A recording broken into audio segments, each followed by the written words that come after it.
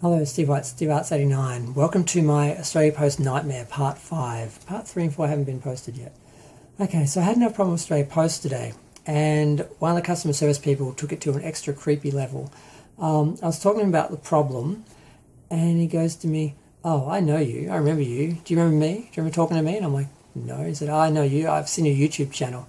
I've seen your Australia Post videos. Why don't you make another Australia Post video?" And I'm like, "Oh, this is creepy." Because I made 2 videos and they didn't get a lot of views. Yeah, like not a lot at all actually. So that's very creepy. I did remember that guy then because he'd been pretty rude to me and I'd been pretty rude back. It was pretty back and forward because I give as good as I get from these people. If they treat me with respect and actually do their job as customer service, I'm perfectly fine. But if they don't, if they give me attitude and if they lie, if they give me misinformation or try and obstruct me from actually solving a problem, yeah, I have a problem with that. And this guy also took it to a racial level where he seemed to be implying that I was suffering from some white entitlement, which is something that happens a lot when you're white. And I'm like, you know what? I think everyone should go to the manager. It doesn't matter if you're brown or yellow or what. If your customer service isn't resolving the problem, you go Karen and go to the manager. I think everyone should do it, not just white people, but there's this idea that only white people do that and that it's racial entitlement, and somehow so it's really racist against people of colour, the idea that they should put up with second-class treatment and service, and for some reason you shouldn't ask for better treatment, and that somehow we only ask because we're white and we think we're better. I'm like, no, I ask because I think you should be fixing the problem. I should be getting good service. And if you're accepting less than that because you think you're less because of race, that's a real big issue you've got. So yeah, some Karens go too far, and they're usually the ones that make it on, YouTube because they're crazy and just, taking it to an extra level. But, if you're just basically demanding to have a problem solved, that's what you're entitled to. If you're paying for a service and that person is paid to do a job as customer service and resolve an issue, you have every right to demand it. And I do. And some people don't like that because they have attitude issues, and they then they go out of their way to obstruct and make things harder. And I find you basically end up having to speak to 4 or 5 people with issues before you get to one person who will just be like, "Oh yes, let's just work on that. Let's just solve that problem. Let's just resolve that issue because that's my job. I'm customer service, and you've called me to resolve an issue, and that's what we're going to do." And they work with you, and they're usually wonderful. And like I said, it takes about 5 people to get through 5 people with attitude who want to obstruct you and victimize you and play power games and show you that they're the boss and you can't solve the problem without them, and you can't do, they just have all these little Yahtzee issues. You know what I mean? I can't say the N word, but Yahtzees, you know what I mean? They're just little Yahtzees, and it's like, well, I have this little bit of power and you need my help, and I'm not going to give it to you because I don't want to. And they just give you that attitude, and I'm like, oh no. Normally, these things just hang up on them, go to the next person. Eventually you'll get someone who will actually treat you like a human being, understand their job is customer service, and actually try to resolve the issue. So that happened today. Eventually I spoke to someone. They didn't resolve the issue because the problem is that something wasn't properly recorded at the post office, so they couldn't but they resolved all the other issues and explained all the other problems and answered all my other questions and apologised to me for this person. And that's why I said to him, I said, look, you're just being horrible, and you are going to, basically, I'm just going to speak to someone else. They're going to solve my problem because they understand what their job is and they want to actually do their job and not victimize people. And they're going to apologize for you. You're not going to stop me fixing this problem. You're just going to aggravate me, waste my time, and, give some poor person that I speak to next, some story they have to hear and apologize on behalf of Australia Post for. So why are you doing this? Like, why do you do this? Why do you make this into this problem? Like, his attitude was, the problem I get a lot of stuff sent to parcel lockers because I can't go to Australia Post during the day. Now, I make most of my videos at night, so during the day office hours I can't get in there. So I send everything to parcel lockers because I can't send stuff to my street address because people steal.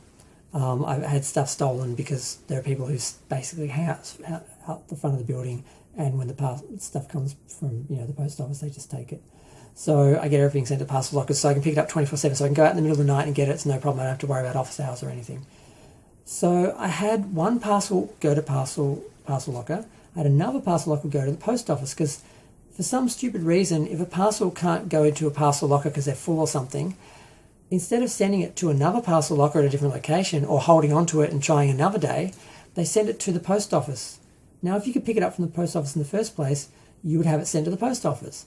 So I don't know why they do that. I don't know why they think somehow that's more convenient than sending it to a different parcel locker in a different location, or maybe waiting a day or so to deliver it to the parcel locker you've chosen.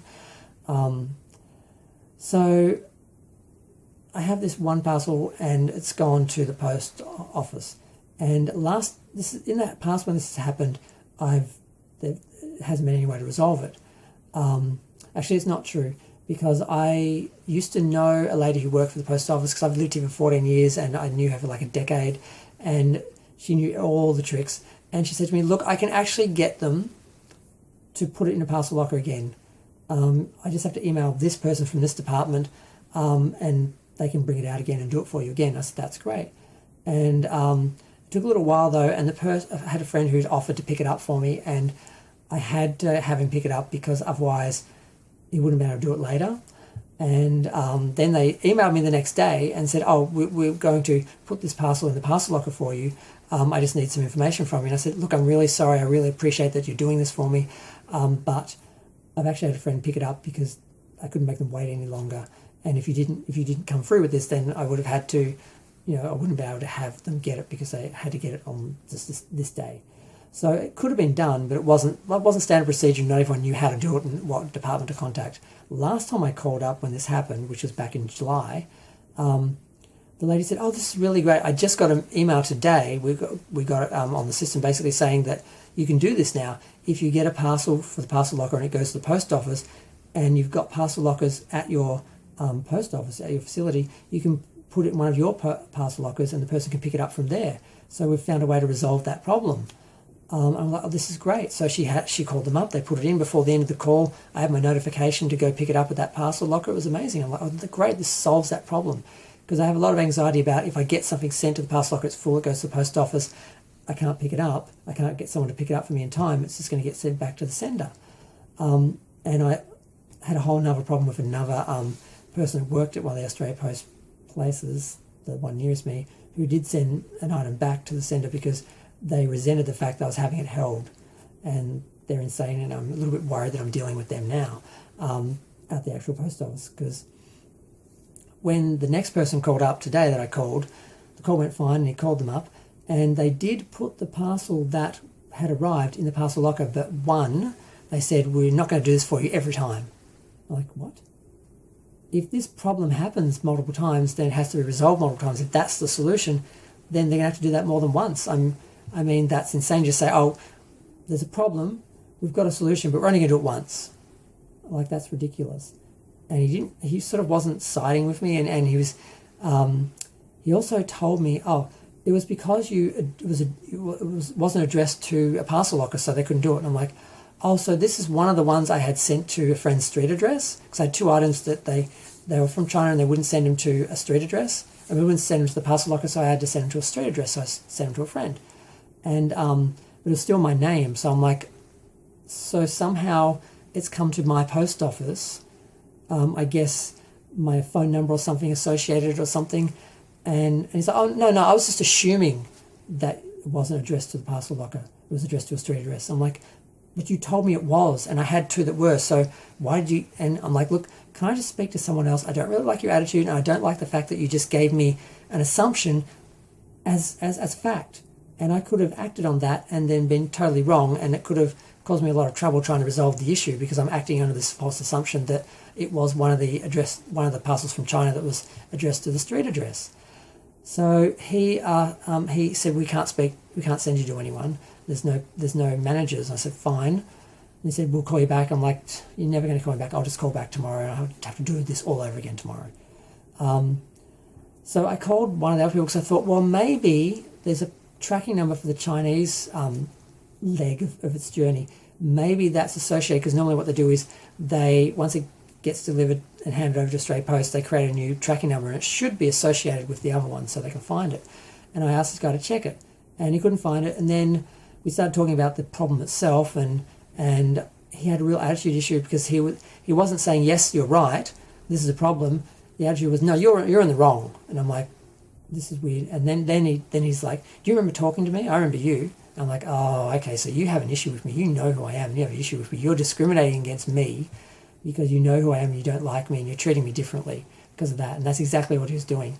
And because he made it racial on the call, where it was like, I don't know if I said this, I've already made this video once and it was too long, I had to stop. And he made it racial, the assumption being that because I'm white I must be racist because the conversation. I'm like, no, you're being racist because you're assuming because I'm white that I'm racist. You're being ridiculous.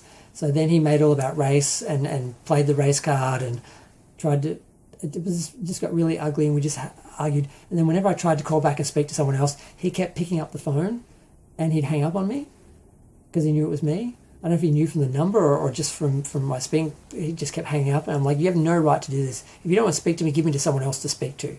And it got really ugly, and he was abusive to me, and it's not his job to abuse customers. And if a customer is abusive or rude, he's the worker. He's working for Australia Post. He's supposed to stay calm and be respectful and represent the organisation properly. And if the person can't be reasoned with, then you end the call. You don't attack the person and come down to their level. So it just got really ugly and crazy. And he was letting me know, I've got your number, I know who you are, and I'm gonna fix your little red wagon. And it's really worrying, because I'm worried that I'm not going to have problems dealt with, that he's going to interfere with my packages or my cases in the future if there's a problem. So, because he's from international and I've got a lot of international orders, I have to call them if there's a problem. So I'm really worried about this person continuing to discriminate against me, and I feel victimized, I feel violated, I feel kind of sick in my stomach. My throat is like hoarse from arguing with this person, and just, them just abusing their power, in Australia Post, because because they've got some issue and they've got issues. Because if you speak to someone who's sane in customer service, they'll just look at the problem and say, okay, how do we solve this? And they'll work with you. If you get one of these crazy people that's all about power and control, they're like, no, I'm going to do this because I want to do this, and you have to do this my way. And if you don't show me the proper respect, I'm not going to, give you the keys to the kingdom and let you go in and I'm going to hold on to it all myself. And I've got all this power, and they're just insane. And just, you could tell, and I should just hang up on them sooner, because you can tell as soon as you start to talk to someone what their attitude is, that they're going to help you, because they don't try and resolve the problem. They just try and find fault with what you've said and just blame you for everything and blame the customer. That way they don't have to take any responsibility. They don't have to resolve the problem with Australia Post or with the delivery, because it's your fault, because you sent to a street address instead of a parcel locker address, or you did this or you did that when you didn't. It's just insane. So this person has just made my life miserable today, ruined my day. I spent an hour or so arguing with him, after an hour or so talking to the other guy trying to solve the problem, and now I'm doing a video to try and get some therapy and feel better about it, because it just feels better to talk about things, and maybe someone who's had similar experience will come on the comments and comment and let me know they've had the same problem and that.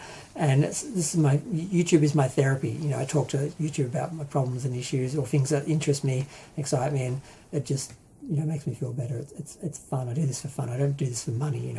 I don't get that much from the advertising. But yeah, I just don't understand these people. I don't understand why they have to be so. Well, they're crazy. That's why. This is how they are, and you can't reason with them. You just have to hope to speak to someone else. And yeah, but this guy is going to make out that I'm this horrible, abusive, racist white man, because, that's apparently what we all are. And I'm like, it's just crazy. It's just crazy. So yeah, one of his arguments was, oh, the parcel lockers are a free service, so we don't owe you anything. We don't have to do anything. You're not paying. I'm like, that's ridiculous. I am paying a seller for an item, and they are paying Australia Post with the money I've given them for a service, and you're supposed to fulfill that service. And there's a problem, you're supposed to solve it. Saying that, oh, it's a parcel locker, so it's a free service, so we have to do anything. That's like saying, well, the post office is a free service, so if you come in, we don't have to serve you. You know, if we get a parcel in the post office for you, we don't have to give it to you because it's a free service. I mean, just nothing what he said made sense. And I'm just tired, and I just needed some YouTube therapy. I just need to talk about this. It's interesting though, the guy's name is actually the same name as Satan. So yeah, he's pretty evil, and I just hope I don't have to deal with him again. But yeah, I'm going to go. Feel free to share, like, comment, subscribe. Let me know what you think. If you've had a similar experience with Australia Post or customer service or something and you want to talk about it, feel free to tell me in the comments. I'm going to go.